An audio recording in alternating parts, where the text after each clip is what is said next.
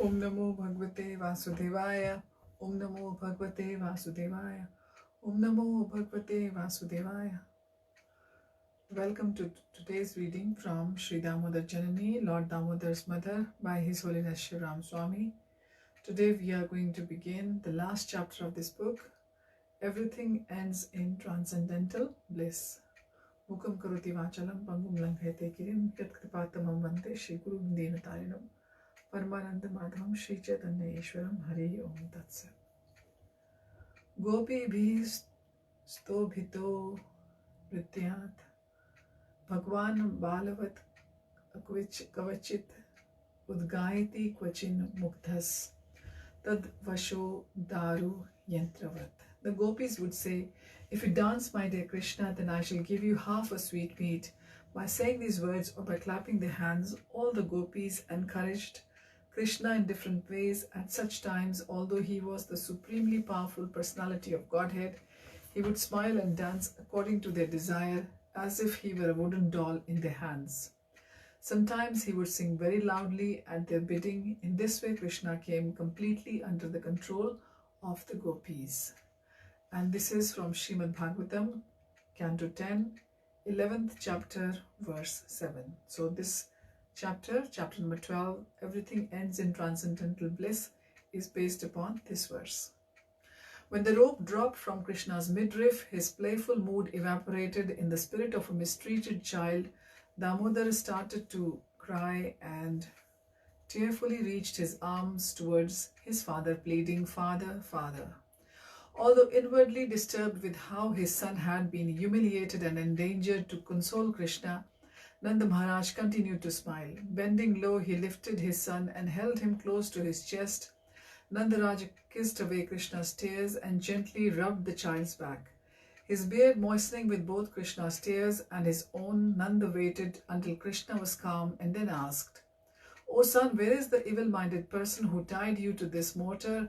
Krishna leaned towards his father's cheek and wrapped his arms around Nanda Maharaj's neck. Speaking into his father's ear loud enough for others to hear, he replied, "Father, it was mother who did it."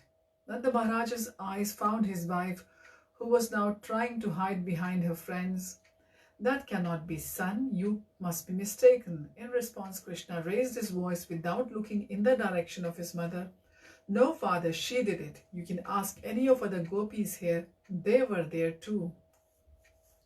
Nanda Maharaj questioningly looked at the other ladies, but they all lowered their faces or covered their eyes with their veils. Again Nanda looked to his wife, but she had turned her back to them. Although the king was upset that his beloved son had been placed in jeopardy, he knew that if Yashoda Devi was indeed the culprit, she would deeply regret her conduct. She may have acted recklessly, but she would now be contrite. Of that there was no doubt, he thought. No words of reprimand from me will match Yashoda's self-censure. Nanda turned away from the gopis. He would not chastise his wife. He, more than anyone, knew the depth of her love for their son and how much pain that love must now be causing her. Harsh words from him would be like a soothing balm for her. Placing his left knee to the ground, the king sat Krishna on his right thigh, but before he could ask, the young boys closed around to comfort Krishna and added, "O king, what Krishna says is true. We too saw your queen tie him up." Trying in their own way to pacify Nanda Maharaj, the boys repeated their earlier messages. But Krishna was always safe because the spirits in the trees protected him. In fact, they acted like his servants. Krishna wanted to reach the open space of Yamuna's shore to play, but when he went between the two trees, the mortar got stuck sideways and the trees fell with a crash. "Boom, boom," dramatized the boys, swinging their arms to the sky, but the trees fell sideways. Never even touched Gopala, not even a leaf. Shridama was well known to Nanda Maharaj, and placing a reassuring hand on the king's arm, he continued, "Although the blessings from the trees were powerful and ornamented with armlets, earrings and helmets, they bowed before Krishna. Then they said something that were visibly pleasing to him and left, to where we do not know. With Krishna seated on Nanda's thigh and sheltered by his right arm, The king affectionately wrapped his left arm around Sridama and kissed the boy's forehead. Smiling as if he believed Sridama, Nandaraj remained doubtful and thought, how these boys go on, the stories they dream up. Then the Vrajavasis came to reassure Krishna that his ordeal was over. First came the men and then the women. Some came individually, other in pairs, while still some other in groups. They caressed Krishna, smelled his head, offered words of comfort, and then joined together in the Sankirtan of Krishna's pastimes as Brahmanas recited Vedic hymns. The only one who did not come here were Yashoda and her friends. The queen stood behind a tree watching the proceedings. Too ashamed to remain, she then returned to the palace, covering her tear-streaked face with a veil. Yashoda's mind reeled, echoing with Nanda's voice, where is that evil-minded person? Blinded by tears, she stumbled along the path to the palace, aided by equally stricken maidservants.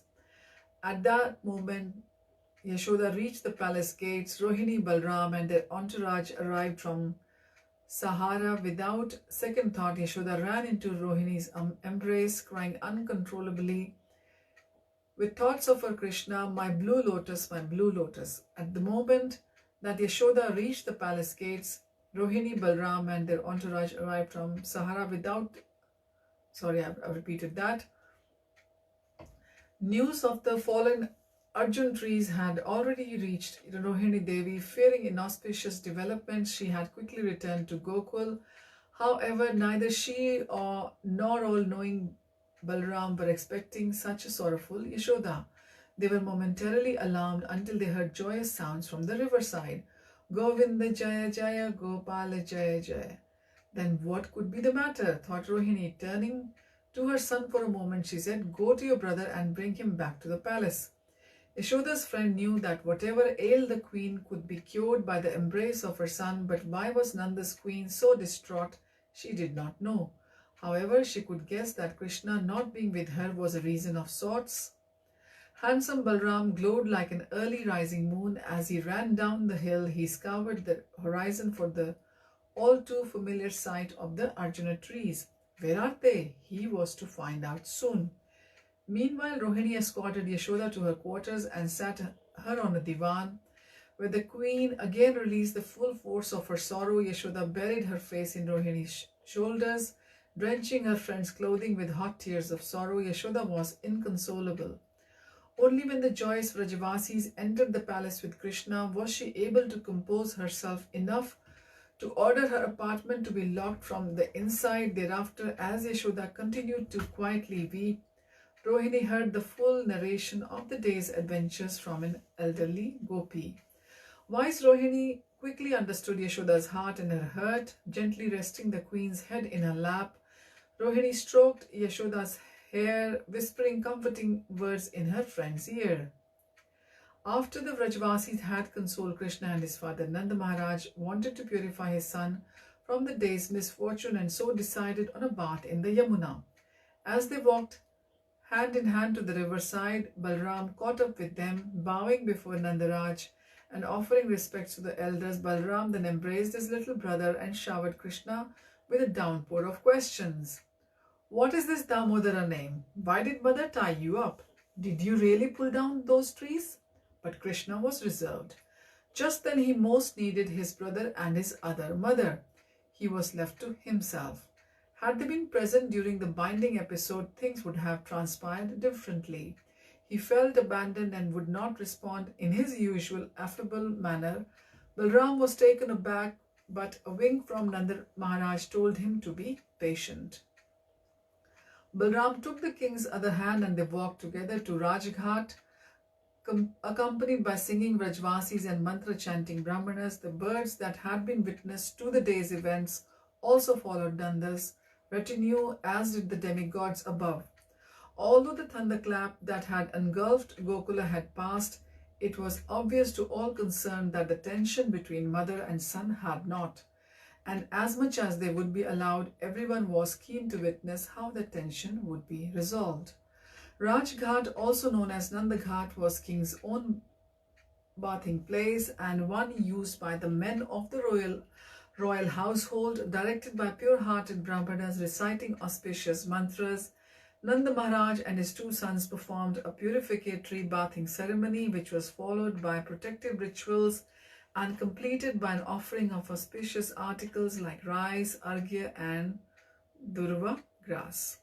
In this way, the king sought auspiciousness for Krishna, who was himself the source of all auspiciousness. After the ceremonies were concluded, Krishna, Balram and their friends played and swam until Nanda's servants arrived with the gifts to distribute to those present. The two princes came out of the water dressed in fresh clothes and donned flower garlands under their father's direction. Then they distributed offerings suitable to their recipients and received abundant blessings in return, having secured the good fortune of his son and accompanied by musicians playing drums and cymbals. Nanda Maharaj headed back to his palace, wondering whether arrangements for supper had been made. Indeed, they had. Service to Krishna was the only thing that would extricate Yashoda Devi from the quicksand of sorrow. While the Vrajavasis were escorting Krishna and his father home, Rohini reminded the queen that her son had not eaten since morning, and even then a meal unfinished. As sad and embarrassed as she was, Yashoda immediately set about the task of organizing supper. She guided her maidservants and friends to the palace kitchen, and they began cooking there herself. Meanwhile, Rohini Devi called for assistance, and together they set the table in the grand dining hall, presuming that there would be many guests for supper. After seeing that the meal for Krishna and her husband was moving apace, the weight of guilt again submerged Yashoda in its grime. Her beautiful complexion blanched, her hands trembled, and her throat would not vibrate a sound. With great difficulty, she requested Rohini to take charge of cooking and serving the meal, and then retired to her own chambers. Locking the doors, Yashoda stayed alone with her sorrow, waiting until fate would again unite her with Krishna. It would be a while. In the realm of transcendence, where moments feel like millennia, a while would feel like a lifetime of Brahma, and that is what the evening would feel like to Raja's queen. In the interval between Nanda freeing Krishna and their return to the palace, Krishna was exposed only to the loving sentiments of the Vrajavasis. With the reverential sons of Kuvera gone, he again felt like a little boy, but a pouting little boy. Krishna felt that he had just reason to pout. In a childish mindset, he reviewed all the injustices perpetrated by his mother and so behaved with petulance. Yog Maya was influencing Krishna in ways that would enable him to enjoy newer pastimes and enrich his mother's love. By remaining aloof from her, both Yashoda and Krishna would taste the poisonous nectars of separation and the ensuing ecstasies of a union most pleasing. It was the way of divine love, the way of ever-fresh, ever-expanding love. When supper was ready, accompanied by a blissful retinue of Gopas, Nanda Maharaj and his sons entered the dining hall. Everyone spoke about the day's events, the endless robe, the fallen trees, the mysteries of Krishna. The happy chatter reverberated throughout the palace and painted a familiar picture in the mind of the reclusive Yashoda, who remained seated on the edge of her bed, staring at the door, waiting for Krishna to open it. But he did not. His meal complete, his sons fully satisfied, Nanda Maharaj walked Krishna and Balram to his expansive chambers, where they rested together on his feather-soft bed. This was a rare occasion. Krishna would usually sleep with his mother, and it was Balram who would regularly nap with the king.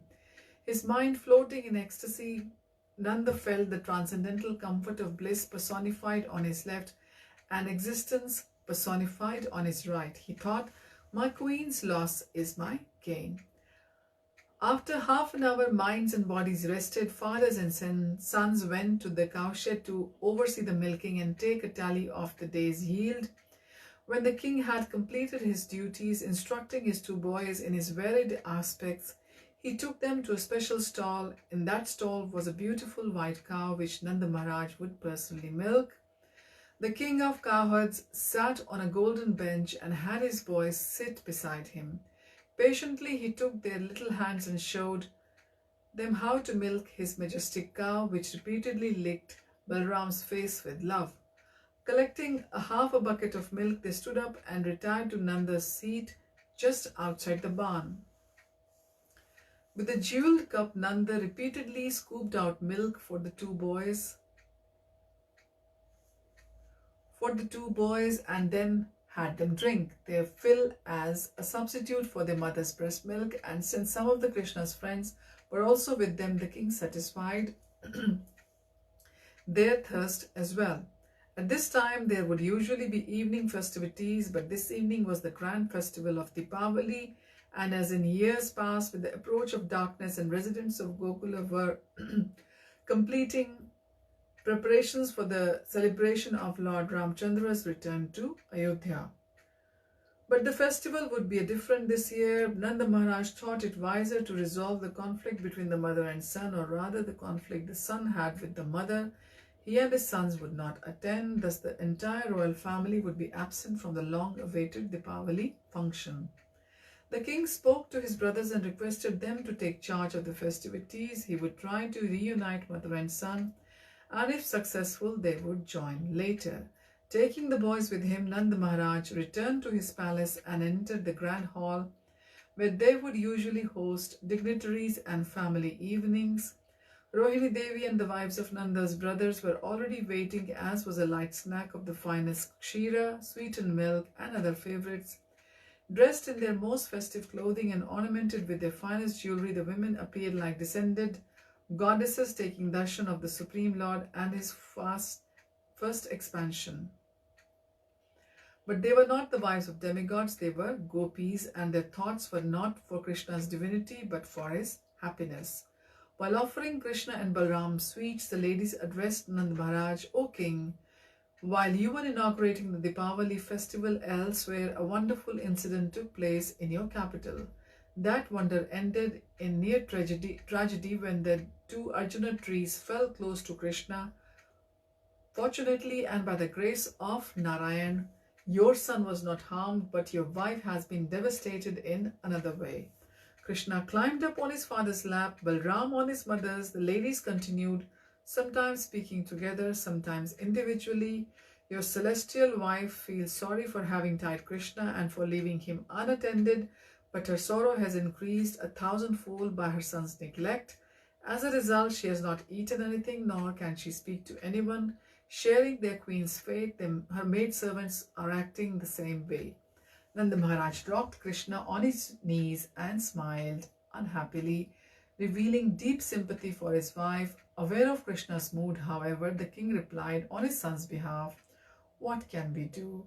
That best of gopis can now see for herself the pitfalls of succumbing to anger." Some of the gopis were taken aback by such an indifferent reply. Others, like Rohini, recognized the king's intent. He was using state diplomacy to bring about reconciliation. A gopi tearfully replied, "Were your soft-hearted wife to hear such things, she would be devastated." Yashoda did hear something of what was taking place. Unable to tolerate separation from her son, and even more so the pain of being rejected by him, she asked her most confidential maid to inform her that what was taking place in the grand hall. And while the maid servant had brought some news of events, she could not bring herself to convey their essence. Nanda Maharaj embraced his son and put the question to him, "Dear boy, these ladies say that your mother is very sad. While you go and appease her like a dutiful son." Krishna looked up at his father and replied assertively, "No, I will not. From now on, I will remain always with you." The witty wives of Nanda's elder brothers asked good-naturedly, "If you do not go to your mother, then whose breast will you suckle?" But Krishna was ready with his answer, "I am a big boy now. I will drink warm milk from the white monarch of my father's cows just like I did today." The ladies were not done. Surely they could find some chink in Krishna's armor. "Then with whom will you play? Who can entertain you in those ways in which your mother is most adept?" Krishna looked at his father and replied, "My father, I will play with my father. He is the emperor of all gamesters." Then looking in the direction of Balram, Krishna added, "And I'll play with my brother as well." One noble woman asked, "What about your brother's mother?" Krishna's face seemed to flush slightly and tears welled in his eyes. I will not go to her. She abandoned me, as a result of which I was shackled all day. Since the afternoon meeting, Krishna had forgiven Balram for not having been present when Yashoda bound him. His brother had argued, I did not want to leave, but what could I do? Mother forced me to go with her. If I did not, she might have tied me to her as you were tied to a mortar. Am I any stronger than you? Balram was Krishna's greatest ally, shelter, and a source of happy inspiration. Krishna could not longer harbor a grudge against him, and it was true. Even though Balram was older than Krishna, he was still a child and bound by his mother's wishes. But Rohini could have stayed, thought Krishna, with the child's awkwardness. He knew well Rohini's influence over his mother and the punishments that her influence had saved him from in the past. She could have rescued me. Krishna's rebuff made Rohini tearful.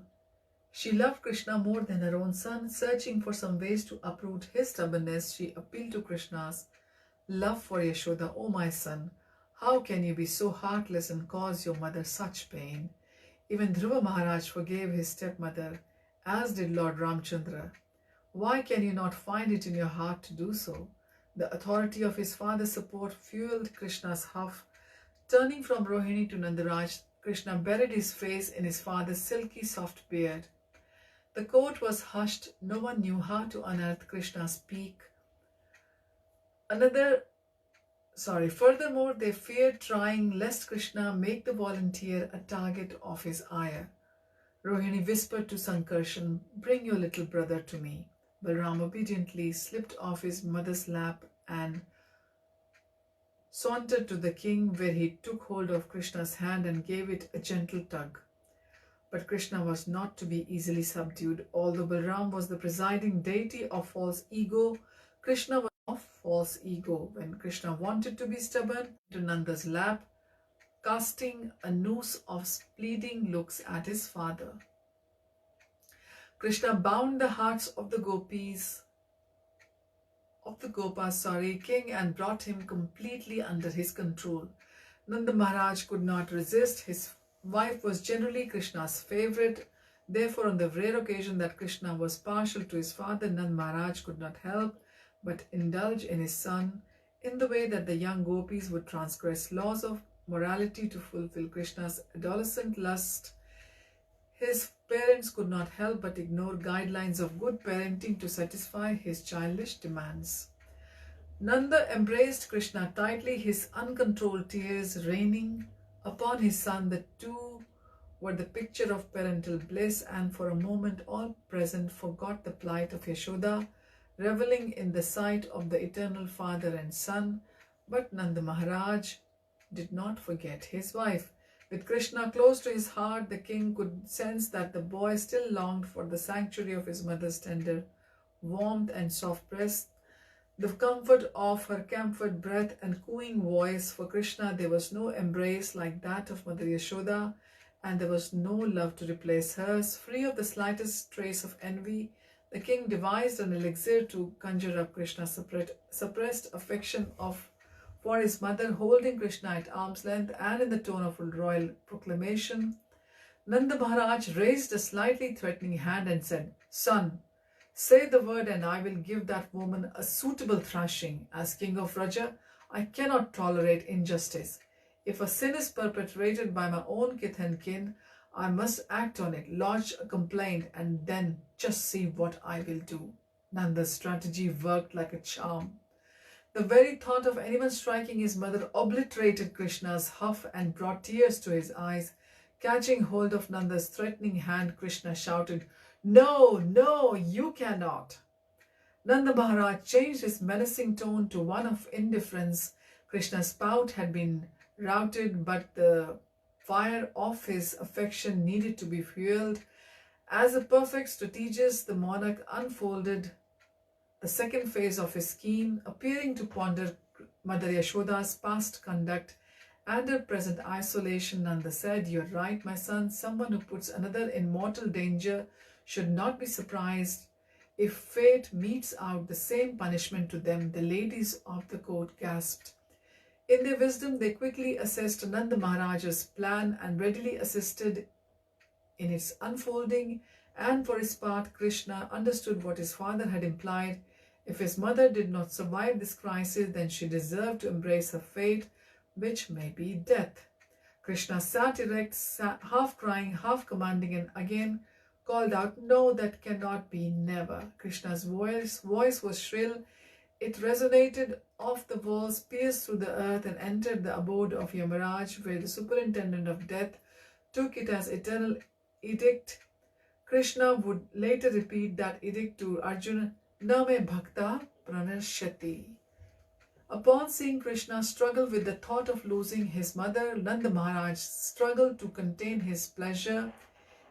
The rising tide of separation from Yashoda that Krishna had kept at bay with the embankment of anger was finally breached, and as the first gush of affection streamed through that fracture, it weakened the surrounding structure, causing the entire embankment to suddenly collapse into the formidable torrent of Krishna's love.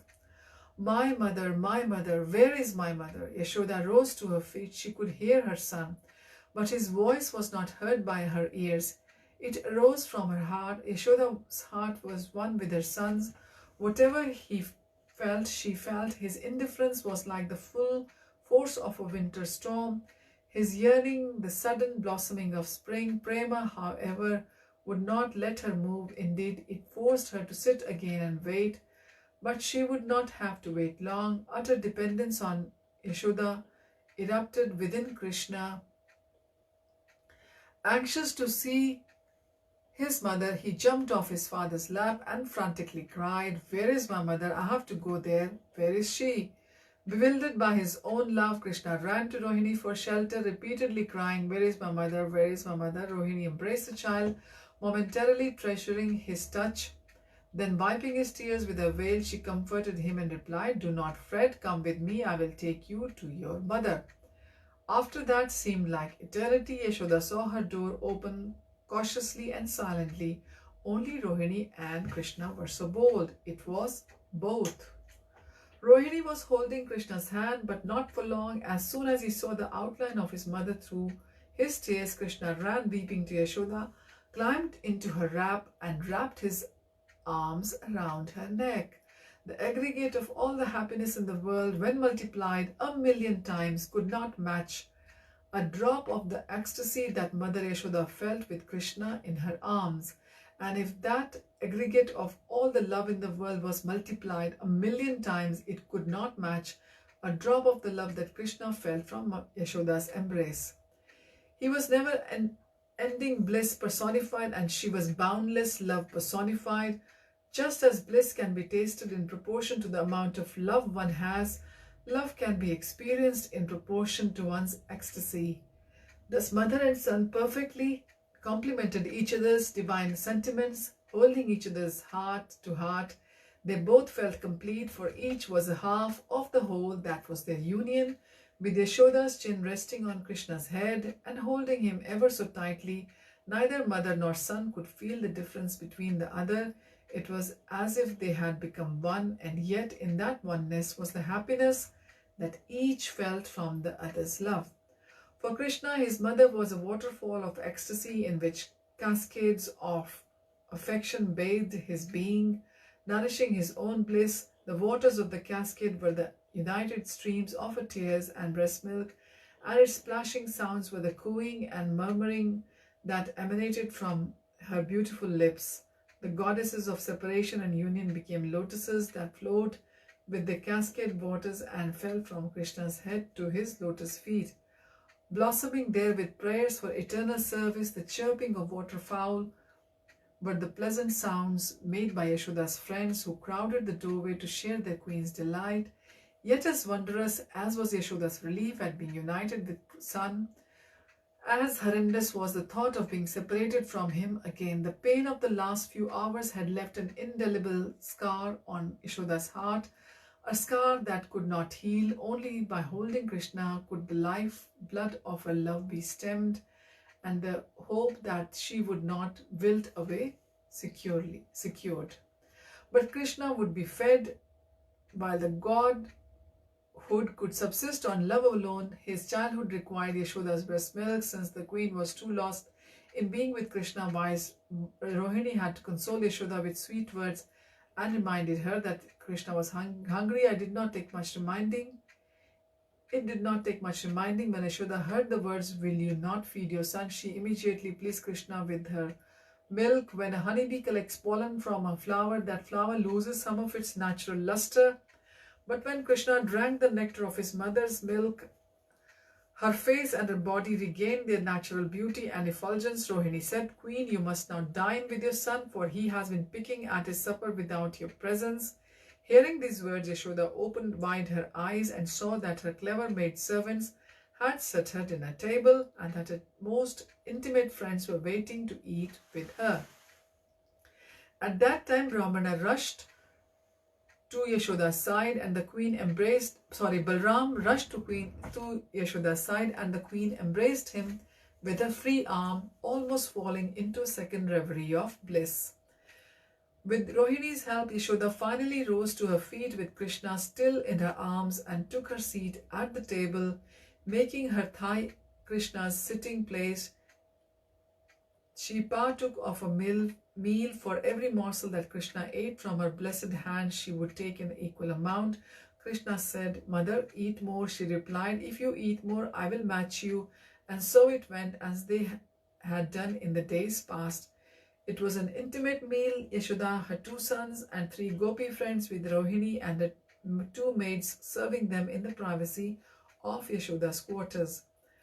The supper was not just a meal, it was a celebration of reconciliation between mother and son, but Yashoda Devi's ordeal was far from over. Whereas Krishna, a little child, could be won over by loving affection, her husband and the people of Gokula would not so easily forget that she had endangered their prince, or at least so she thought. "I can hardly face my king. What will he say, he who trembles just to remember the threat to his son?" That was Putana. Yashoda feared the chagrin of her husband. She feared the censure of the villagers, but right now, whose fear had to be put aside to serve Krishna? At the conclusion of the meal, Yashoda washed her hands, feet and mouth and carefully did the same for a little boy. Krishna and Balram bade farewell and Rohini took her son to their apartment to put him to sleep. Then along with their friends, Yashoda lovingly put Krishna to rest in the same bed from which he arose that morning to inaugurate an extraordinary pastime, a pastime by which he had earned the name Damodara. As Krishna's head lay on an oversized silk pillow, he asked sleepily, "Mother, will you tell me a bedtime story?" Yashoda stroked Krishna's forehead. "Oh son, which story would you like to hear?" "Tell me how little Dhruva went to the forest. Listen, little lotus, and I will tell you about the great grandson of the Creator." "I'm listening." "Once Dhruva's stepmother insulted the prince, and so he went to the forest to search out Lord Narayan. Krishna murmured, "He came to the Yamuna's bank. Yes, not far from here. He ate only leaves with a vow to be the master of the universe." Then what happened? The great Saint Narad appeared before Dhruva and initiated him. Then with the power of his Diksha mantra, Dhruva was able to see Narayan and become the ruler of the universe. "Will I get a Diksha mantra too?" "When you are a little older." "And will Narada be my guru too?" "If not Narada, then his representative." Half asleep but assertive, Krishna whispered, "I want to be initiated by Narada." "Yes, dear, whatever you want." With the name of Narada on his lips, Krishna fell asleep. He fell into a sleep that was like the Yamuna's lazy waves, gradually carrying him to the pastime land of dreams, where he was met by Narada Muni and worshipped in ways befitting the Supreme Personality of Godhead, and with songs like the sacred Damodara Ashtaka. For 3 days, Yashoda Devi remained in her chambers, afraid to appear before the king and his court. Rohini acted as a proxy in managing palace affairs and supervising Krishna while he was playing outside. But sympathetic to his mother's plight, Krishna spent most of his time indoors. Besides, it was a rainy weather. At the start of breakfast on the 4th day, Nanda Maharaj addressed his son, "My boy, your mother is sulking and has thus deprived us of her excellent services. Please go to her and only in the way that you know how. Ask her to once again grace my court with her august presence. We miss her terribly." Taking the order of his father on his head, Krishna ran off to his rooms.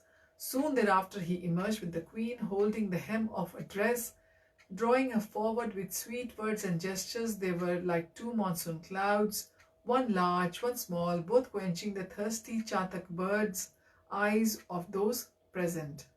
Mother and son stopped at the entrance to the dining hall. Yashoda's face flushed with embarrassment, her eyes fixed at her feet. There was an awkward silence when Krishna spoke. Mother, this palace is empty without you. Very self-conscious, Yashoda Devi scratched the floor with her toes in the place that her tears were falling. Sant Maharaj mentally scolded his wife, Nandarani, it was a mistake to punish our son in the way that you did. But then Garga Muni's prophetic words arose in his mind. This child of yours is as good as Narayan. He appears in order to protect the people and enable them to flourish. Again, the king thought, if Krishna is so powerful, then my wife's conduct must be under higher authority and beyond reproach.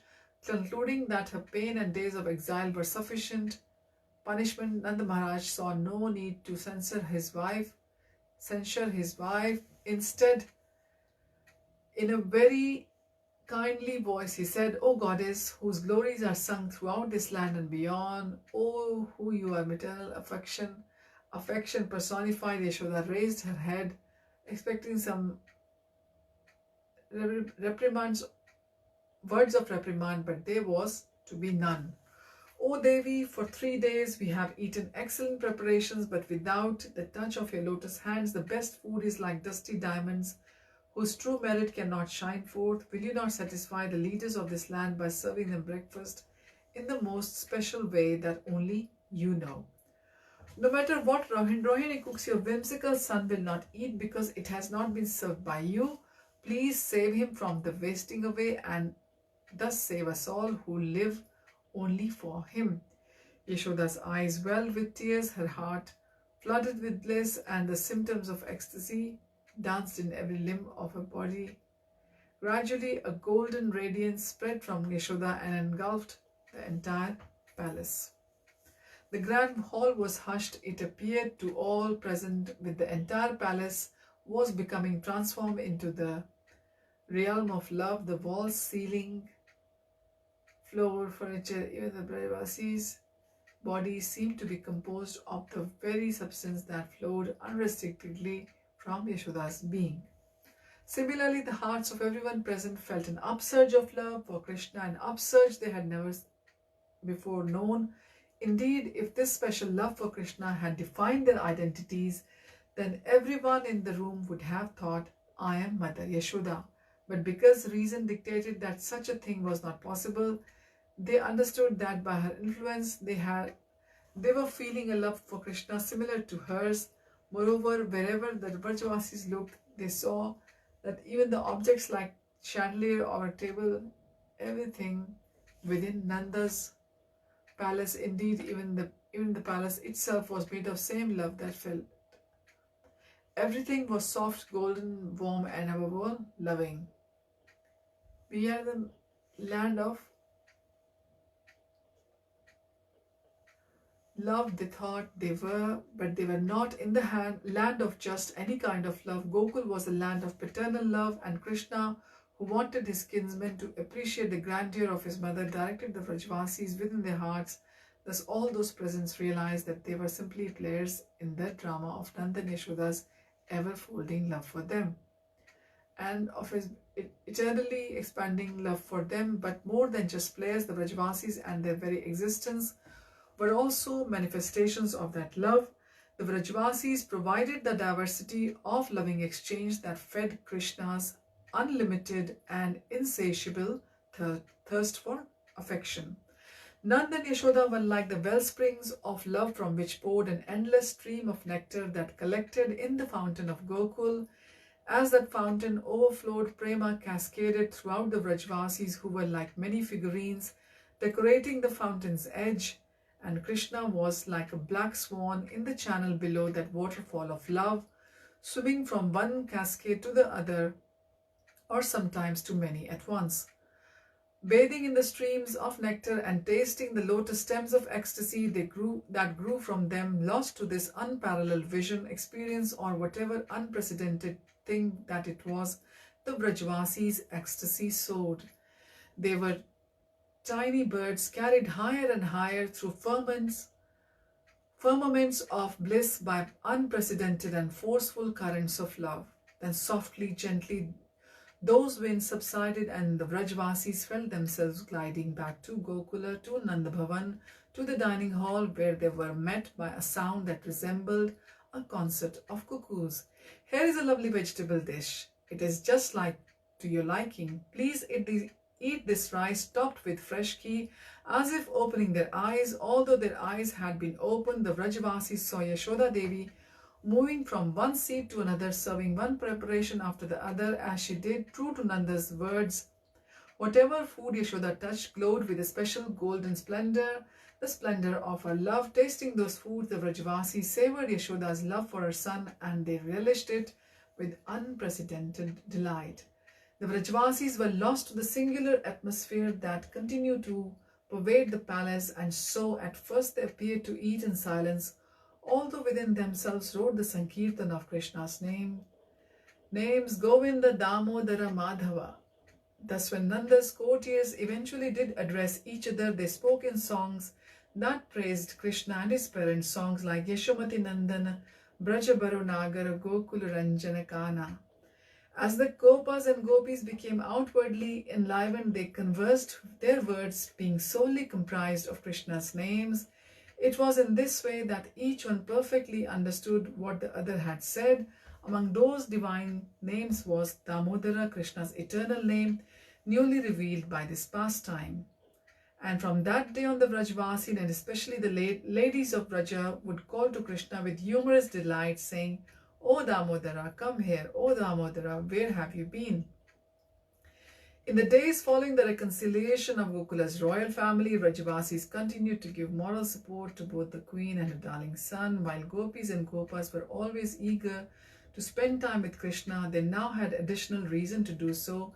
They hungered to help heal the wounds caused to both Yashoda and Krishna by the Damodara affair. The majority of the callers were Gopi acquaintances, friends, or relatives of Yashoda and Rohini. These ladies were like honeybees, attracted to Krishna's irresistible sweetness, his smiles, features, speech, his everything, indescribably attractive to the senses, mind, and heart. Everything that he was or did was a novel intoxicant, and every moment with Krishna was a festival of indescribable joy. And just as he completely mesmerized the Brajvasis, Krishna was completely mesmerized by them. Although he was the original eternal being, the unbounded love of the Gopis appeared as an unprecedented delight that both captivated him and brought him under his control, hence their control. He who controls great demigods like Brahma and Shiva was now a plaything of the Brajvasis and was fully immersed and entirely lost to that identity, relishing every moment of it. Who then can estimate the good fortune of the Brajvasis, not to speak of Nanda Maharaj and Queen Yashoda? By submitting himself to the loving whims of the Gopis, Krishna made known that he is absolutely controlled by the Brajvasis' unconstrained affection. Thus he exhibited pastimes that confound even the residents of Ayodhya. What then to speak of the denizens of Vaikuntha or of the material planets below? Whenever guests would come, Krishna would either stop or look up from his plate to see whether the caller had brought gifts, and they did, but gifts for which Krishna would have to first display some enchantment. A graceful gopi guest would show Krishna a tray of sweets and say, "O Gopala, look at these tasty treats." And Krishna would answer, "May I please have one?" To which she would reply, "You may have them all, but first you have to equal the hard work I put into making them. What must I do?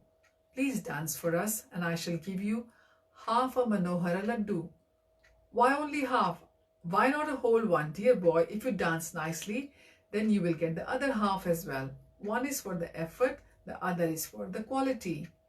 Hearing these words, Krishna nodded his head in assent as the gopis clapped their hands. He tried to imitate the professional dancers of his father's court. Krishna was a picture of childish innocence. His awkward movements and absorbed countenance drew his gopi audience further into the ocean of loving mellows, and while he remained fully aware of the movement of every atom of his creation, he simultaneously forgot it all in the behavior and identity of a little boy. He was God, but by the love of his devotees, he thought he was a little boy, another child of a cowherd village. As the Vrajvasis were ignorant of his opulences, so was he. Gopala, please sing the mantras of your dance. Krishna carefully mouthed, Ho, drik, dum, dum, kita, kita, kana, kana, kana, khai. But he could not coordinate his singing and dancing, and losing his balance, he stopped and confused. They encouraged him to try again, and so he did, for he was like a puppet moving to the strings of the love. Krishna's expression reflected the intensity of his effort to both sing and dance, and although his movements were clumsy and his intonation vague, they appeared to the gopis like the rolling and clapping of the ocean waves. When Krishna finally managed to coordinate his steps with his words, he smiled at his audience, thus melting their hearts with his captivating charm. The performance over, Krishna looked expectantly at the tray of laddus, and the gopis clapped and called out, Jai, Jai. Pleased to know, and by his performance the gopi placed Krishna on a lap and personally fed him the sweet, while herself relishing the sweetness of his touch. At another time, a gopi would ask Krishna to sing, and by the encouragement of others, he would take a deep breath and repeat songs he had heard from his mother, like Gokula Pati Kula Tilaka Tvam Asiha, Krita Sukrita Vraja Rachita Sukha Vraja, Nayana Nandi Sameha, Anando Bhava, Janma Mahotsava Nandita, Gopa Samaja, Putanika Mriti Nava, Mangala Kriti, Valaita Gokula Raja. So I was under the impression that I am about to finish. Yes, I think I've got 3 more pages to go, and I will go through them, because this is such a relishing chapter and it's giving absolute pleasure during this month of Damodar to read these Leelas. So let us continue. We've got 3 more pages. Although Krishna's voice failed to reach high and low notes or reflect the right intonation of melody, it was like honey dripping into the gopis' ears to their hearts, intoxicating them with its sweet effect. When Krishna failed to reach a high note, he cast a glance of uncertainty at the gopis, who encouraged him in different ways, clapping their hands or smiling. Reassured, Krishna would continue his performance, singing according to the gopis' desire, his chubby hands and roving eyes attempting to express the meaning of the song. And when the spirit stirred him like a professional performer, Krishna stepped forward and raised his voice to its limit, thus bringing tears to the eyes of all.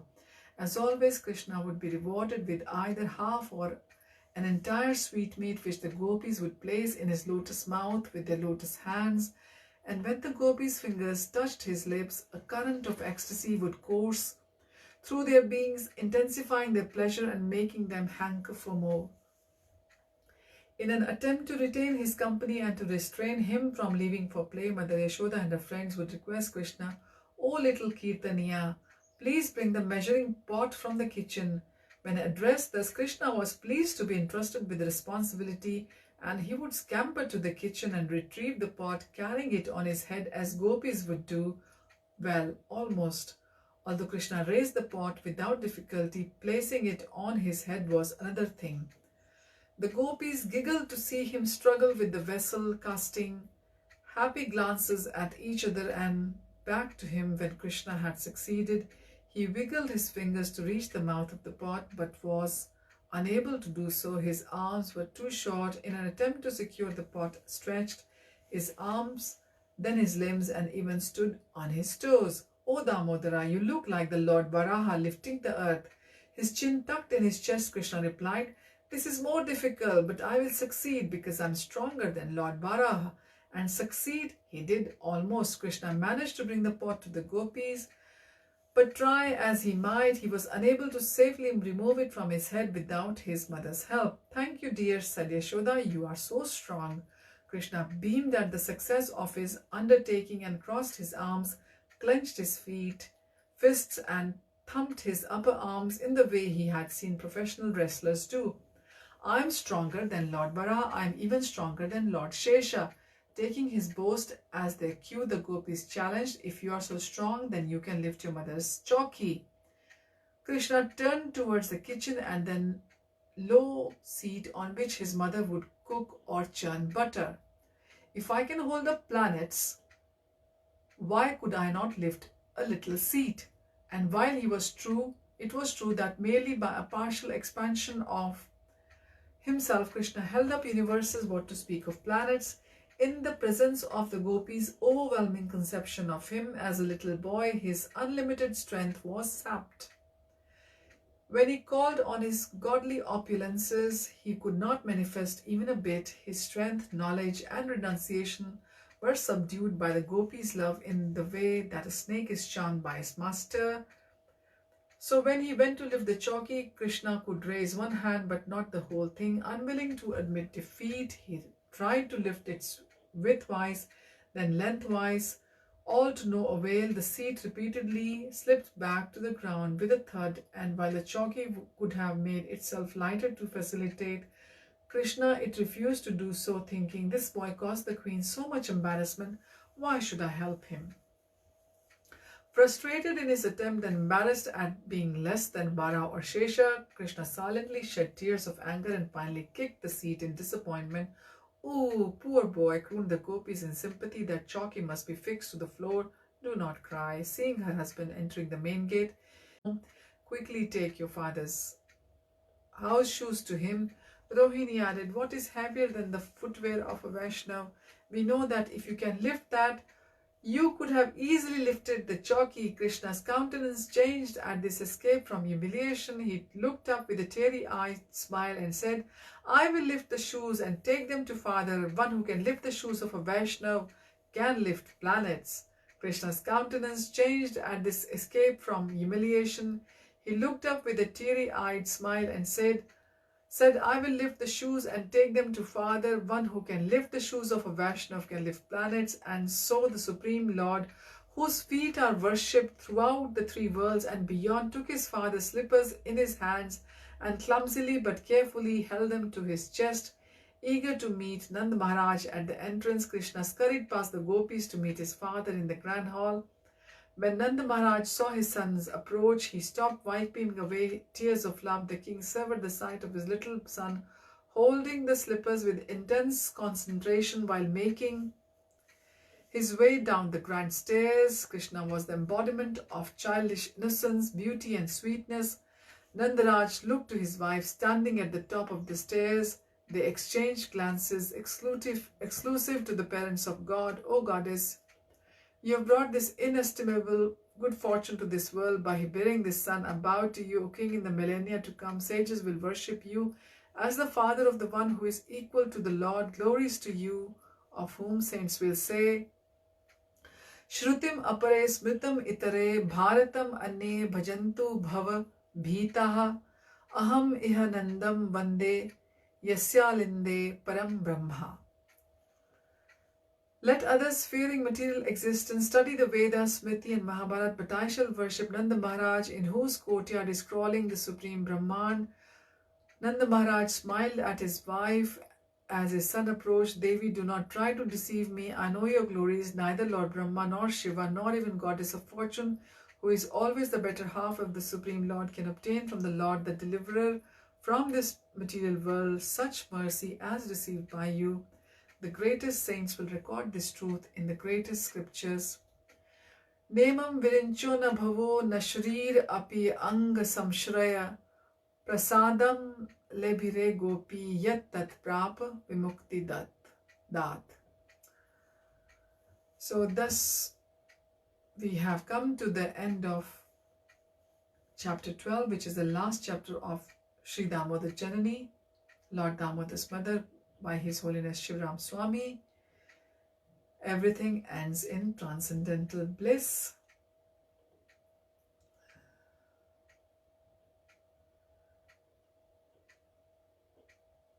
it's been an absolute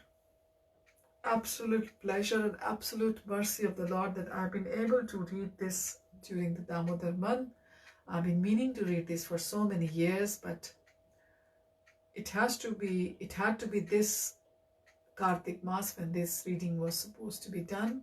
So it has been done.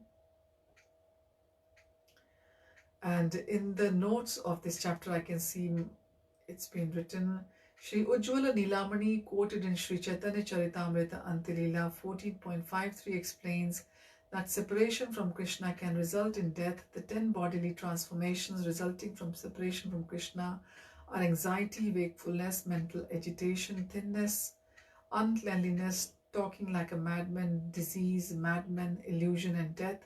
However, because death is generally not conducive for Krishna's service, it does not take place but is invoked as a possibility.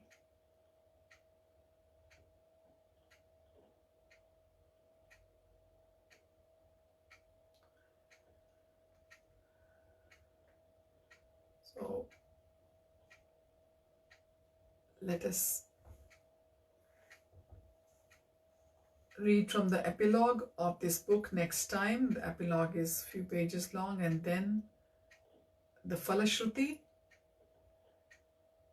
the result of hearing this book, which will be done next time when we sit down with this book. I wish you all a very happy Damodar month once again, which is still continuing till next Friday. Bhisham Panchak begins on Monday, when some of us will be doing a special fast. There are a few levels of fast. If you cannot do either of them, doesn't matter. You can do the Ekadashi fast like you do in Navratri, and there's no and you can just eat however you were eating during the Ekadashi days. Or if you can't fast, it's fine. You can immerse yourself in the reading and hearing of the Krishna Katha and do some really absorbed chanting. Well, we all try to the extent which we can. So thank you for joining. I can see one of you has joined in the live reading. I can't see the name, so I shan't say the name, because it could be any of you. So thank you for joining in this reading of the munificent pastimes of Krishna. Really, when you're going through these pastimes, you feel that if we were fortunate like the Vrajavasis and the Gopis and Gopas, we could just hear them and see them and observe them endlessly. Thank you for joining. Hari Om Tat Sat. Hare Krishna.